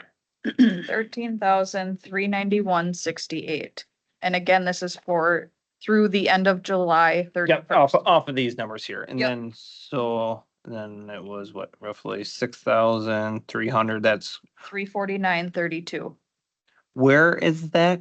So that's gonna go in a special revenue account that will continuously keep rolling over. That will be for gates or Okay, but that'll whatever. be account that Yes. is going into Yes. the county account that will be ear tagged that this is for the kids from the county fair, correct? Correct. Okay. Yep, correct. And this account was set up as directed by the county several years ago because of the lapsing fund that, so the money didn't go into the general fund. I wouldn't have just done this on my own without having this set up that way. And in 2022, as you can see from my comments, they did do a review of this account and, well, the comments are in here. You can read those yourself. And so, of course, there are options, there's option to set up fair fund on its own, standalone. And whatever money you make will be there. And if you go in red, then you just will be in red. Yep. But if the decision is to continue on having a lapsing, then I think the best option, the next option would be to have that special revenue, because how that's going to look on our books, it says this money has a special purpose and it cannot be used to buy Beata's pens and pencils for her operating budget for finance. Yeah. That's what it will be for. The last thing I have is the purchase of service, LOA, and procedures and request form. Again, this is just kind of sending it out. We had some discussion on it. We still have things we have to work through on our end, but this is an idea of what it will look like going forward and how we are gonna handle this going forward. So this is, if I may. So this is what Mercedes and I worked on, is kind of presenting a template that would come through, as I said earlier, seamless doc.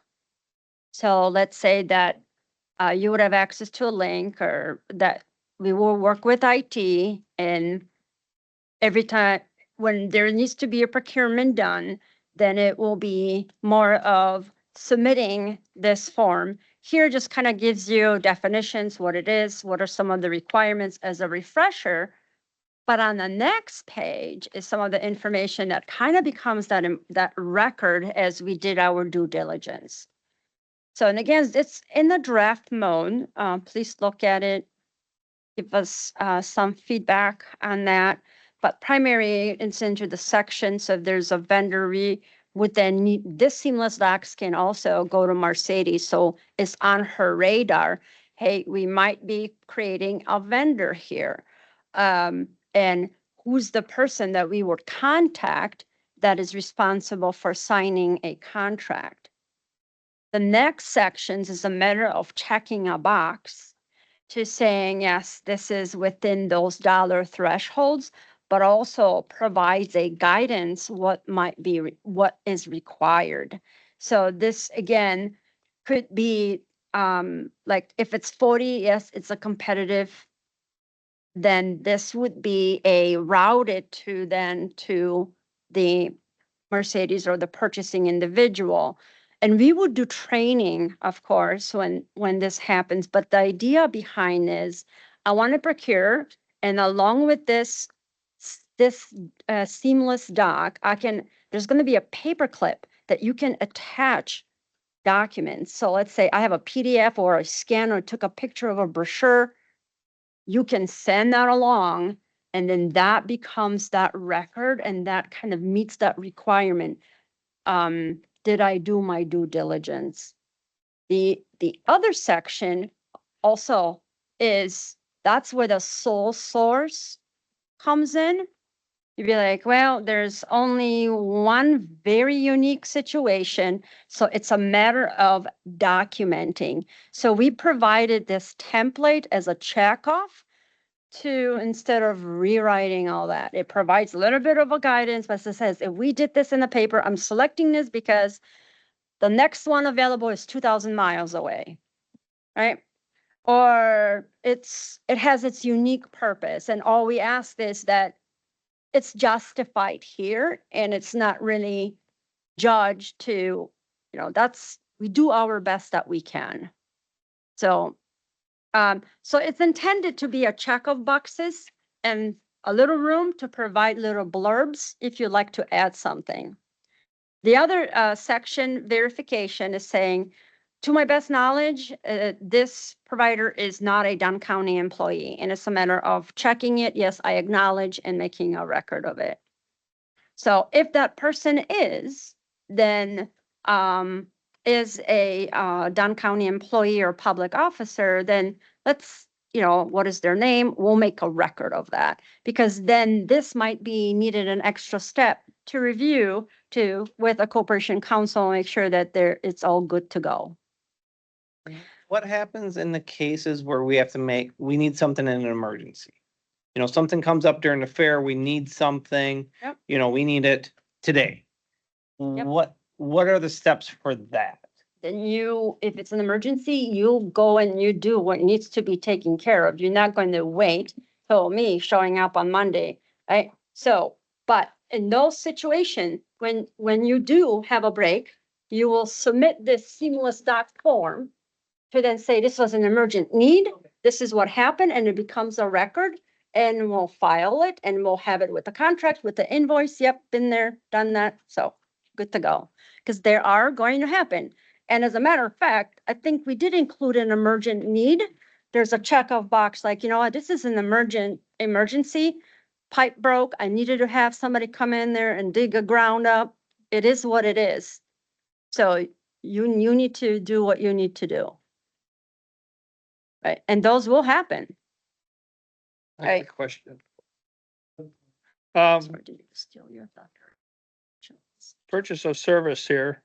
Mhm. And then over on the sole source requirement, I just run a couple of examples past you. Sure. I think Dunn County or the fair ended up having a greater expense for the waste disposal for the livestock this year than they did other years. And that happens to end up on my field. So, but if they are able to find a location that is shorter, for transporting, those containers, then it would be less money, I would assume. So, I wonder if there's a conflict there. My son runs the septic system that has all the tanks. Is that, or all the porta potties I think they're pretty consistent, but is there anything that needs to be done there? Because I'm on the fair board and the fair board hires him.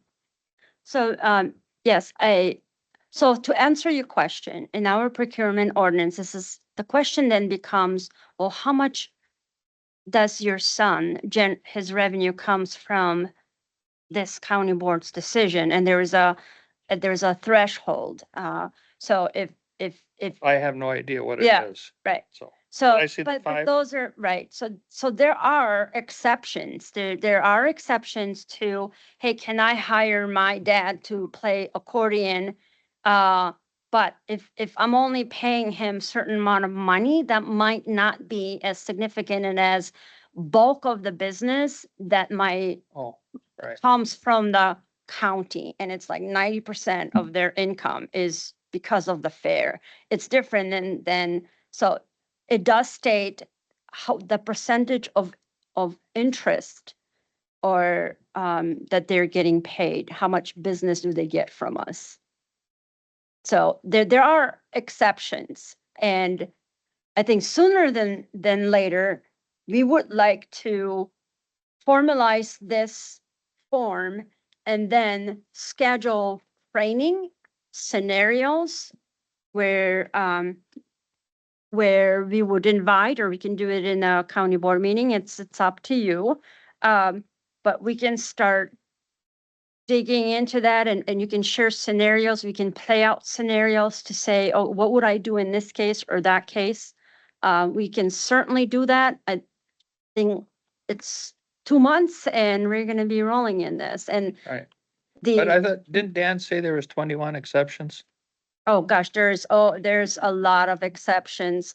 So sometimes if this is known and documented, we're not perfect. We're not gonna strike 100% each single time, but we have resources. We can reach out to our corporation counsel that be like, hey, you know, all these things, this language is too complicated for me. Can you really simplify it into me? What does that mean? Is this okay? Tell me yes or no. And we're like, yep, you're good. Okay, a couple questions, documented, life goes on.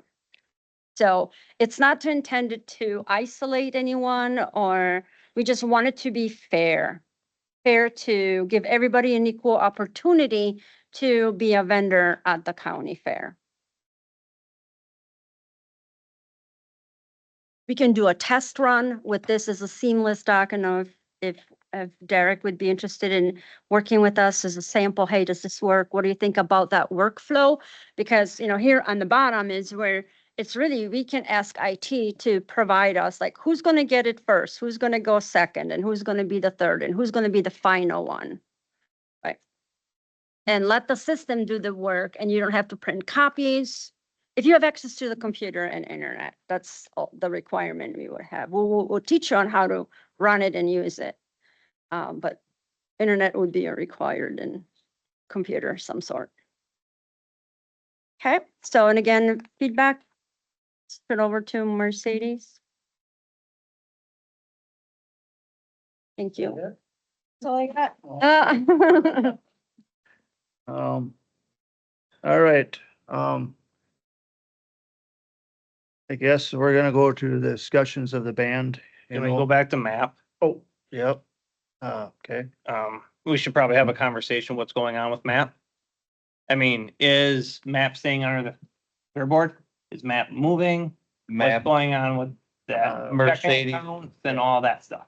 so Mercedes and I had conversation with that and we need to start up our own 501(c). It's gonna be talked about on October 16th with MAP.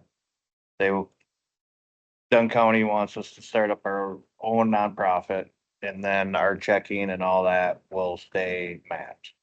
So then map will, going forward, then map will have nothing to do with the fair board. Yeah, we'll kind of be underneath it and that, like, we had conversation. Yeah, we had conversation, do like the 1%, do we keep giving that, you know, to the fair board, or do we keep that, you know, it's discussion for down the road, right?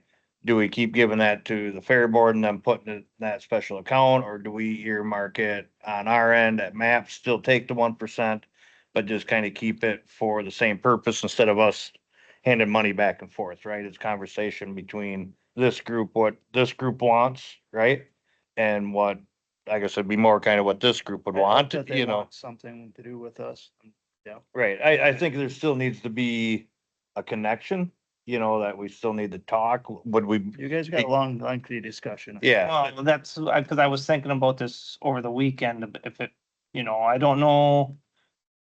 You're gonna have hopefully someone on that board knows what it takes to start a 501(c)(3). yeah, and I talked to Paula Powers today. Because and it's suppo- very overwhelming. She Yeah. helped us with our, Yeah, when we so- did our yeah, 4-H. Yeah, Paula did it before, Paula's biggest thing is if we go on our own and we're not under extension, like, so she does tax work too, is the amount of, to file taxes as a 501(c) is very lengthy, you know, and so, but she was going to figure, hey, how much would it cost if we're on our own, or do we go back to extension? Right. Do we stay on our own? What is that tax bill? How much is it gonna cost us to have our taxes done a year? Paula does The that, other thing is insurance. right? You know, that's another, just so that when Well, you but guys, when we're at the fair, we would be under the fair's insurance. Yes, are they under the, like, if someone got hurt during the map auction, would they be under the fair? Yeah. Okay, that was a question I had. I didn't know Yeah. if they would have that. Right, if they're a 501(c)(3), because like all of our other vendors. but if they're on the fairgrounds, they're covered. But like right now, do all of our, other like food vendors, they all have to carry insurance because if somebody gets sick, they have to have insurance like we do. That's something, And the commercial vendors. Yeah, but didn't you, I guess a little bit, cause if the animals say you take your sheep out on Friday afternoon, right, just to take it for a walk and you get hurt. You're You under know, 4-H. right, you're under And- 4-H, but the animals are there under a certain group, right? You can't, you need to be in Boy Right, Scouts. but you Matt, need to- just, you're gonna, just make sure that that's covered for the kid. Yeah, Other thing is, where is the open show going?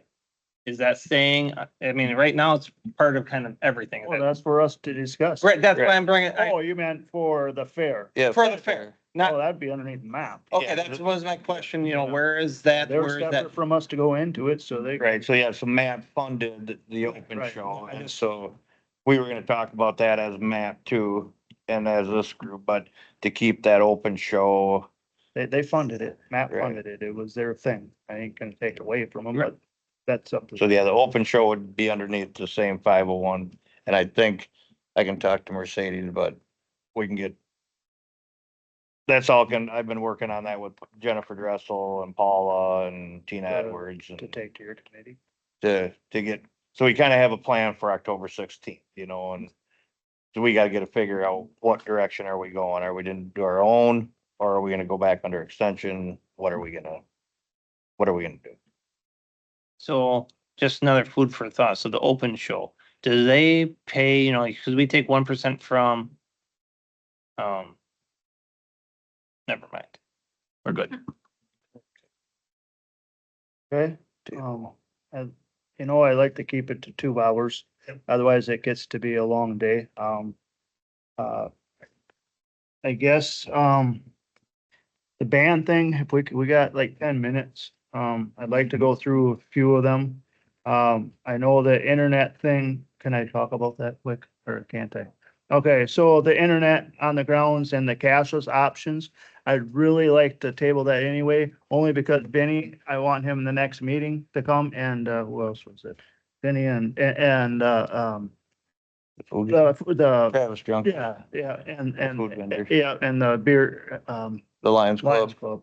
Club, to get their opinion on that, what they felt, because I know Vinny had some strong opinions about it. So I just like the table, not so much the internet, but the. cashless shop. Cashless. Can I just ask one question about the VPS? Yeah, if it's 2.9%, or 3%, but right on the fair website, it says a minimum of $2.97 per transaction. So if somebody pays $5 to get in, is it 2.9% added onto that for, a few cents? Or is it $5 plus $2.95? Do we? Right, I'm saying, is it a percent? Is it Yeah. 2.9% on 5, or is it $3 on 5? So. I mean, just because, It's whatever I was told to put out there. Yeah, my brother, when he does it like for the cards, it's 3%. so a convenience fee of 3% for credit or debit cards, or $1.95 for e-checks, which I assume not hardly anybody would be using, but a minimum convenience fee is $1.95. We accept Visa, MasterCard, Discover. And the way this reads is 3% or a minimum of $1.95 charge. So if it's $5 per person to get in, is it $6.95 or is it So $5 plus 3%? If they use an e-check, it's $6.95, but if they do a debit or a credit card, then it's the 3%. And I didn't create these fees. I mean, So it's only 15 cents. it's, So it would be, so for example, if ticket is $1, it will cost me $2.95 for that transaction. But if I buy 10 tickets all at once, then it's as one transaction. I were to buy them individually, then yeah, I'll be tapped $1.25, $1.95. Cause it's a minimum of $1.95, but then after $1.95, it changes to 3%. Is that what I'm reading here?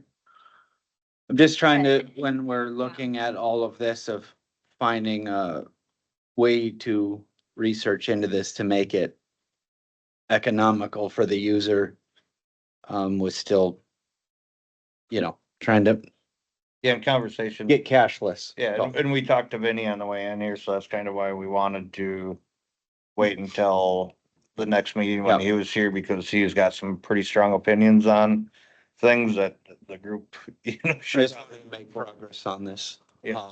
before that meeting of whatever I could do to help with it. So, sounds Be an good. interesting thing to find out. Yeah, so the website, it's ideal if we have vendors to make a payment and whatnot. It's not really, in my opinion, ideal to be selling $5 tickets, So there are other options to explore around technology, such as, barcode tickets. So yes, they'll still come and pay $5 cash for their ticket, but maybe they'll get a bracelet or maybe something, have a point of interest. So it's a matter of controlling that environment to make sure that every ticket or bracelet or however we go is accounted for. So- Pierce County, that's what you buy a bracelet and then you go to the next person and they scan it and then you're. Right, and you're just scanning, or it can be barcodes. I think what's so nice about the bracelets is you can color code them, and you can say, okay, before anybody over the age of 21, if they want to go to the beer garden, then they'll have a different color, meaning they've been ID'd, they're good to go. So it's a couple things to consider. So yes, it's convenient of paying, but it's not ideal for everybody else, and I get that.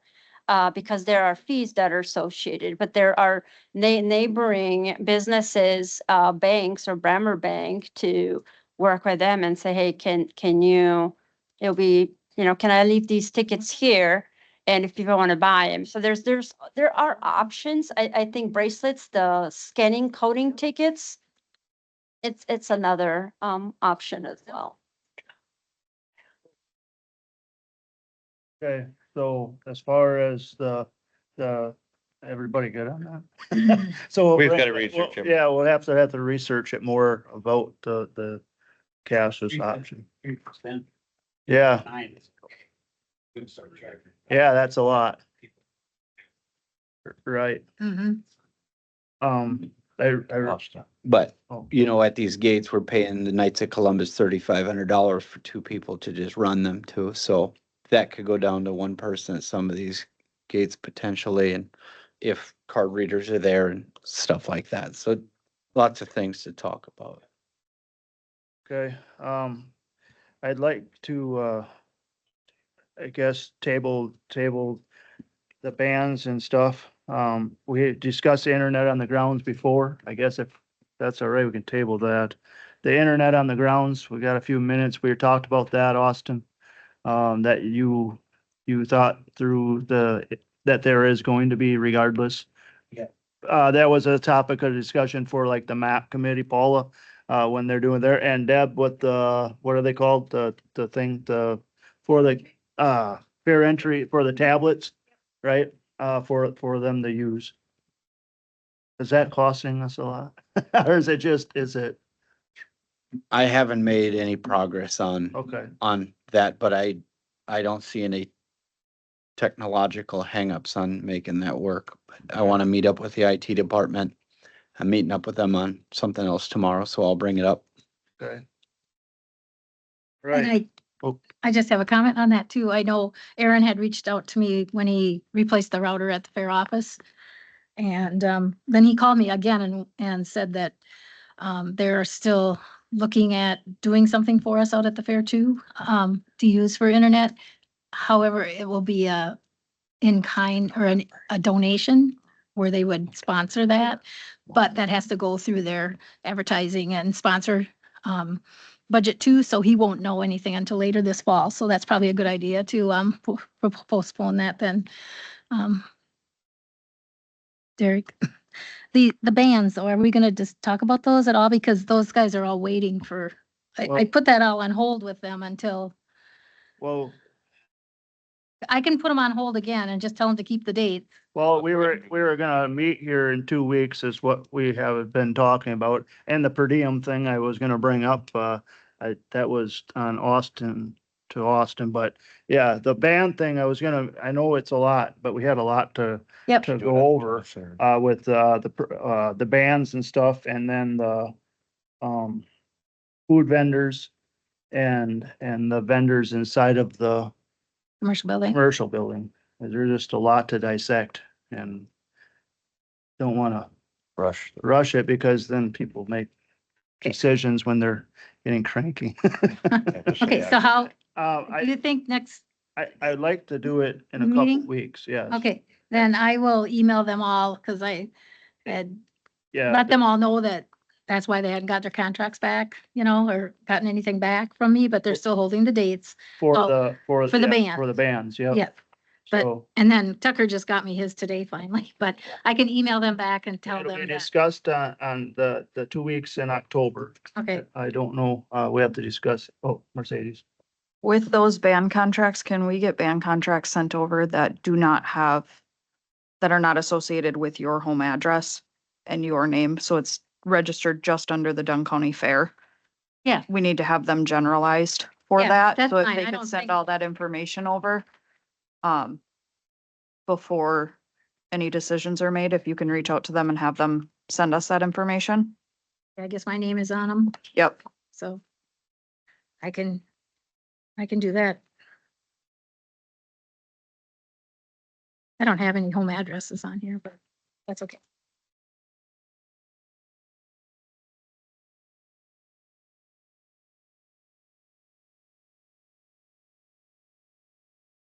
We just, we want the map committee to be able to talk. So on the 16th is when they're gonna discuss their stuff.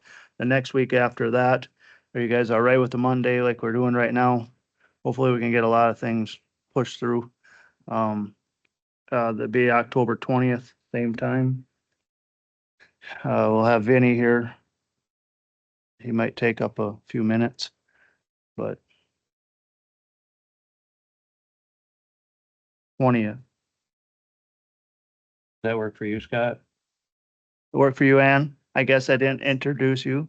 Ann Byer, Scott's daughter, if you don't know her.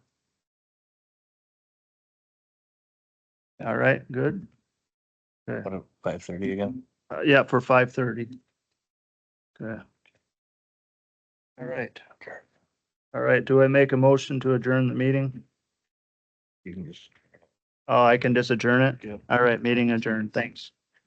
Is this